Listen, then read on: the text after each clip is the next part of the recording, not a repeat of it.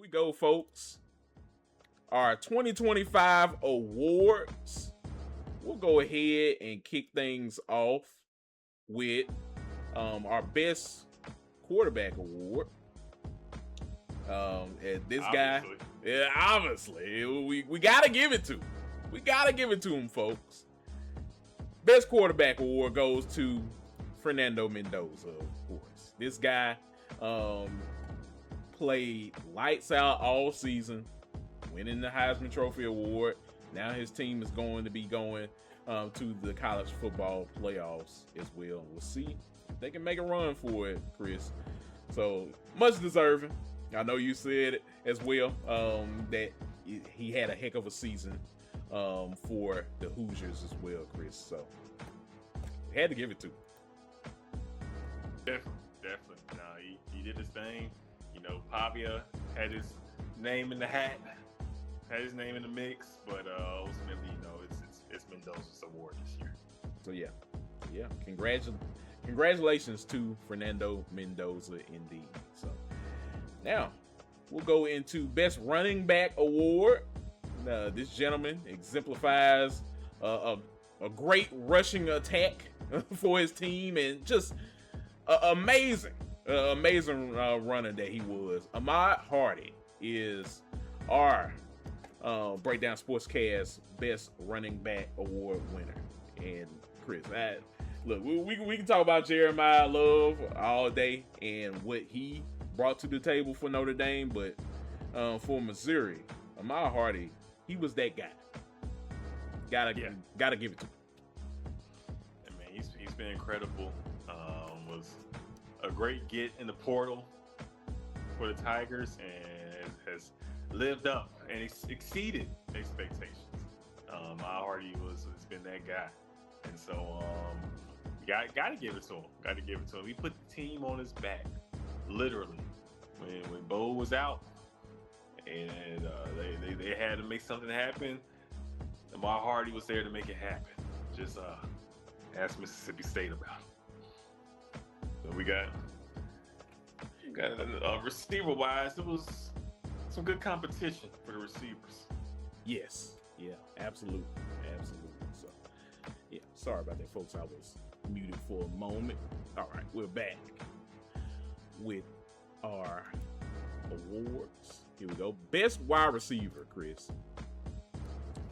Gotta give this award out. Look, this award was just like the running back award. It was definitely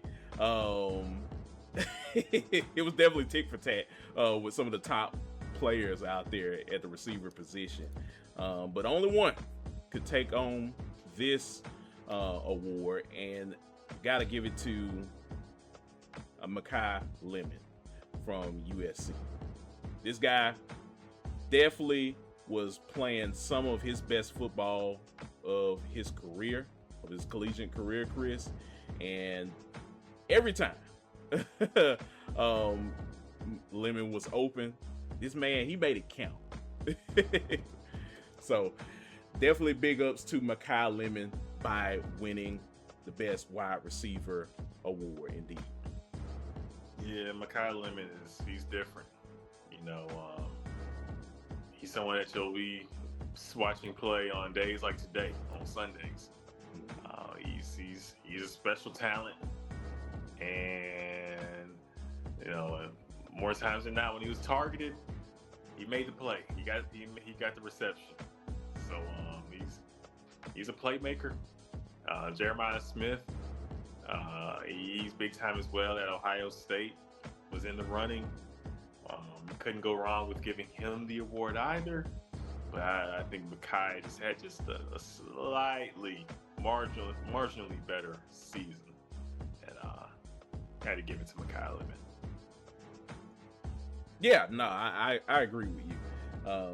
Yeah, man, he was, like I say, he was lights out this season. So it sucks that we can't see a guy like Makai Lemon be in the college football playoffs, because it was a point there I was pulling for USC and trying to make an in route into the playoffs, but ultimately, it was down to Ohio State and Indiana as the season had progressed. So, yeah, man.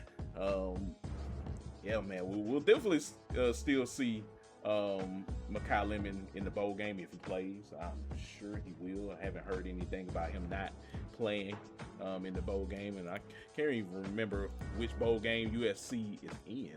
That's a good question. Let's see. They are taking on TCU in the Alamo Bowl, so that will be an interesting ball game to see Makai Lemon play his final game as a Trojan. Mm-hmm. So, yeah. Moving along, best tight end award, Chris. Go from wide receivers to some of the best tight ends in the game. This award goes to Eli Stowers. Eli was exceptional. That was Diego Pavia's right hand man. Stowers was always open, Chris. It never failed. Anytime when Vandy had to get downfield, and they had to get downfield fast, Eli Stowers was always down the field, ready to make a play, and just an exceptional tight end at his position. There was a lot of tight ends, Chris, that we could have picked from Caden Lee, Ole Miss, Oscar Delp from Georgia, so many guys, but ultimately Eli Stowers was our guy leading the charge in the tight end position. Yeah, Stowers big time, man. He seemed like every week he's making a big play, whether it was scoring a TD or putting them in the red zone to score a TD. He has a crazy catch radius. I mean, dude is just a weapon, and a big reason why Pavia had the season he had. Absolutely. like I said, dude. When in doubt, throw the Stowers. Stowers down there. Yeah. Exactly. So, man. Congratulations to Eli Stowers and just Vandy overall by having an exceptional season. They took no prisoners in the SEC this season. So yeah, man. Best tight end award goes to Mr. Stowers. Best linebacker award, Chris. This one was competitive, but you like this guy, Chris. I know you talked about this man this season. Jacob Rodriguez from Texas Tech. That Texas Tech defense, Chris, stifling. This man was scary. Hey, look, if you were a running back going up against Texas Tech, good luck, because Jacob Rodriguez was right there. Anytime you saw Jacob Rodriguez on the field, you remember when LeBron was at the free throw line back when he was with the Miami Heat? Oh, yeah. And he saw Kawhi Leonard checking the game. As a running back, just saying every time he saw Rodriguez on the other side of football. Bad man, and this defense is elite, and he's spearheading the attack. And we'll see Rodriguez some more here in this college football playoff. You know, he has the week off to get that body right, to get fresh and ready for the playoff. But we'll see him here shortly. And this Tech defense, it's the truth. Absolutely, Chris. And it makes me think about, you remember at the beginning of the season, and I didn't even know this about Texas Tech. You know, they do the little documentaries heading into the season. I think they did it throughout the season as well. It kind of reminds you of how like Ole Miss does the season. And they had those high bar expectations for this season, Chris. That's what makes this Texas Tech team so interesting, that they wanted to be a force offensively. No one could touch them. They were right about that. You can check that off. Defense-wise, we talked about all of the players that they brought on defense, and just all the players that they brought in general with through the transfer pool. They hit defense heavy. Yeah, they did, and it paid off. Those guys were playing lights out week in and week out, and a lot of that had to do with a guy like Jacob Rodriguez at the linebacker position, being a captain of that team, of that defense. And yeah, it was definitely well earned. And that's the reason why he is our best linebacker award winner here on the Breakdown Sportscast. Yes, sir. So, yeah, man. So shout out to Jacob Rodriguez for a heck of a season. Now, Chris, best D lineman award. There's a lot of great D linemen in college football this year, but we had to pick one. That person goes to Kory from Ohio State. I watched this guy late in the season, Chris. This guy is massive. Just a massive player. Definitely one of those disruptors that you love on the defensive line. And yeah, he made you pay each and every time. You wasn't going nowhere. Pocket disruptor on Hall of Fame. Yeah. He has the purple pocket disruptor badge. He's a beast. He is a beast, and it only makes sense. Ohio State has one of the best defenses in the nation, and so they had to be represented in some form or fashion. And he is the guy that does so for the team. Coming in as the best D-lineman award winner for our podcast. But he's big time season for him, and he will continue to be a disruptor. I feel like on Sundays as well, Kory. Oh, absolutely. Ain't no way around that. Like, this guy, NFL scouts are already raving about this guy. So look for him to have a big day in his combine or pro day, wherever he chooses to showcase his talents before heading into the April NFL draft. I think he's going to be a prospect that a lot of teams are going to be jockeying for position and grabbing up. Yes, sir. So yeah, man. So shout out to Kory. He is our defensive lineman of the year award winner. All right, best defensive back award, Chris, goes to Jakari Foster out of Louisiana Tech, the Bulldogs. This guy, he's a force out there in the secondary, Chris. Man had an island to himself all season long. And if you watch Jakari Foster, he definitely showcased that. This guy, he brings a lot to the table in the cornerback position, Chris. And I think he's gonna be he's gonna make a team very excited to bring in on that defense on Sundays. So yeah. Shout out to he's definitely Foster. A problem. Mm-hmm. Shout out to Foster, had a great season. There's a few DBs that were strong consideration. I mean, even Kelly Jones at Mississippi State. Yeah, it didn't show in the Egg Bowl, but look, Ole Miss didn't throw at him not one time, Kory. He couldn't get no burn. I was gonna say that. Ole Miss said we are not throwing at him at all. All the highlights you saw from the Egg Bowl, they came on the other side of the field against the other cornerback. That's how much of a lockdown corner Kelly Jones is. They wanted no smoke with him. But both Foster, Jones, incredible seasons. Anytime we can give someone from a G5 school, from a smaller university, not as highly talented as the P4s, some love, we'll do so on the pod. So definitely shout out to Foster for the season he's had. Absolutely. Yeah, just a heck of a season for Foster. He's gonna make a lot of money on Sundays, Chris. Make no mistake about that. So, yeah, like we said, Chris, it could have been anybody. Ricardo Jones from Clemson. Clemson didn't have a great season, but he had a great season. He was up there. Mm-hmm. Josh Moten from Southern Miss. He was a guy that was a force in the secondary as well. So that was a bevy of players that could have won this award. Mm-hmm. But ultimately, I think Jakari Foster definitely did his.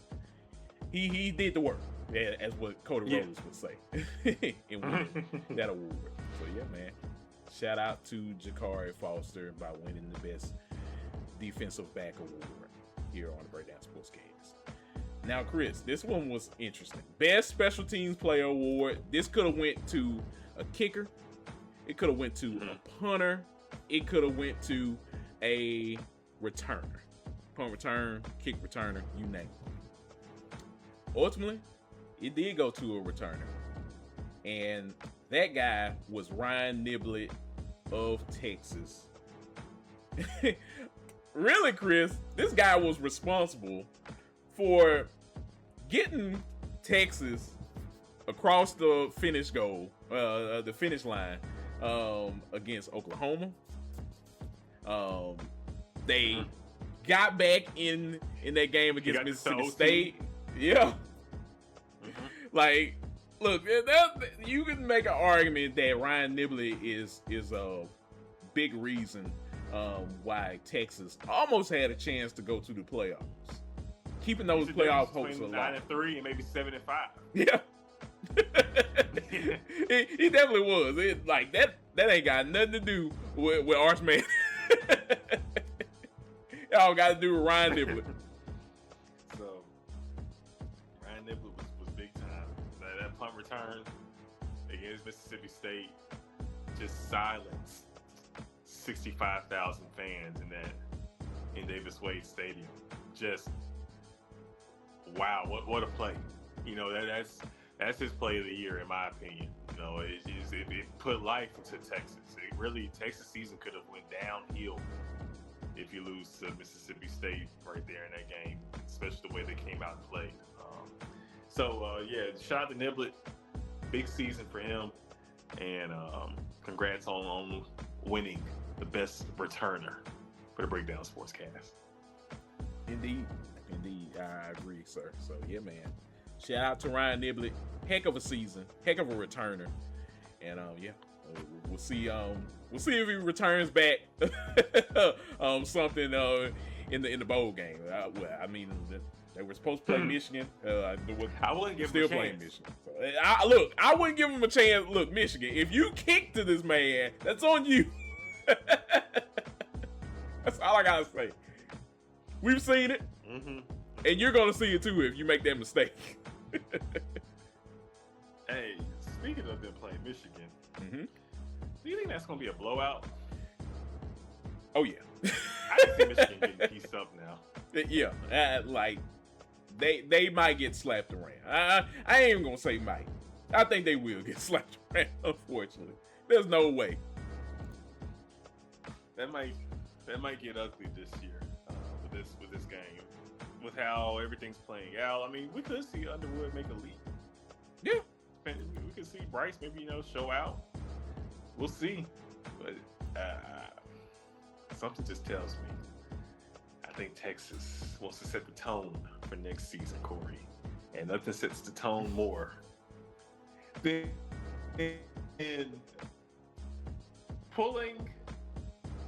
doing what you did 20 years ago. It's almost poetic, is it not?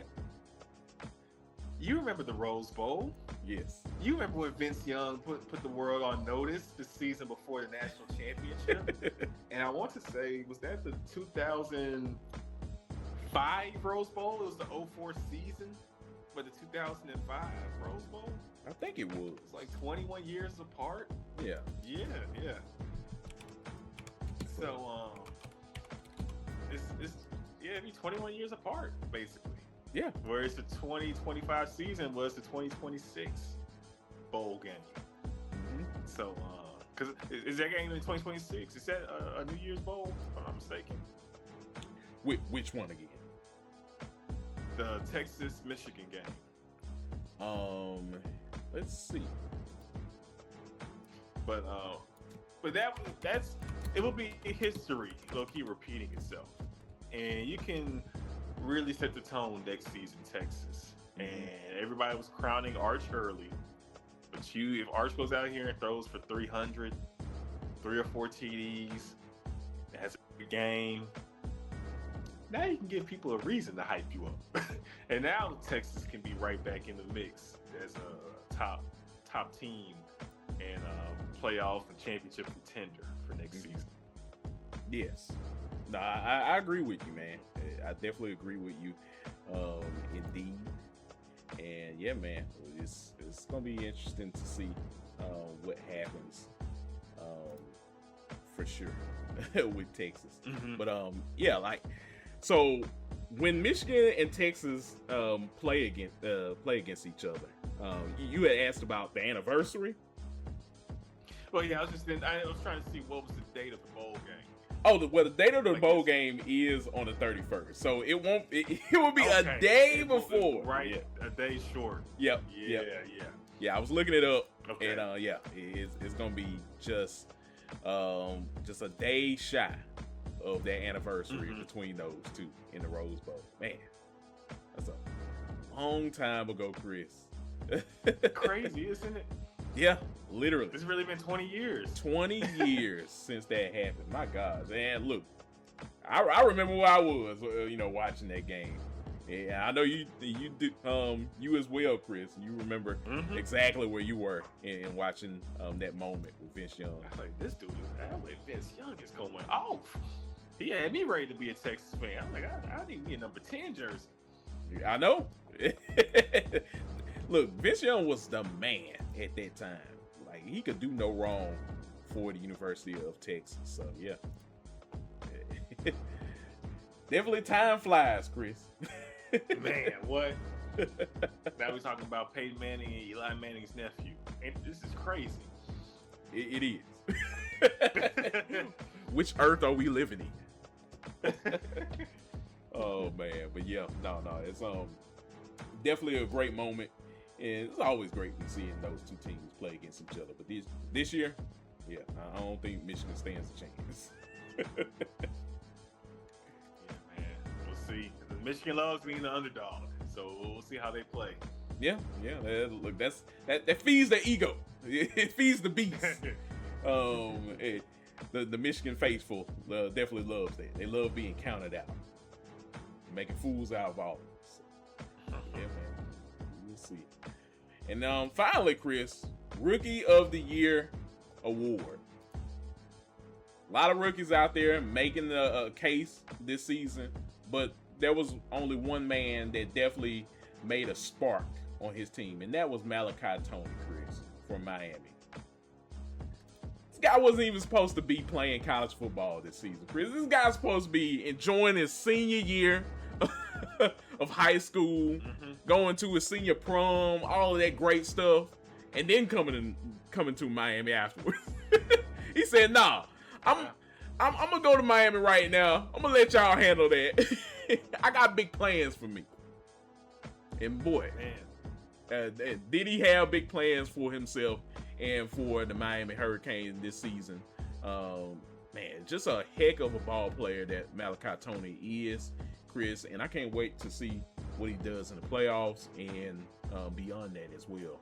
This guy, you think he's great this season as a true freshman. Just wait till you see him in his sophomore year. Dynamite, electric.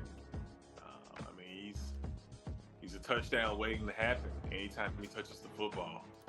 Big play waiting to happen. So he's somebody that I'm sure A&M has circled. They've been cramming the film. I'm sure they'll be ready for him this weekend.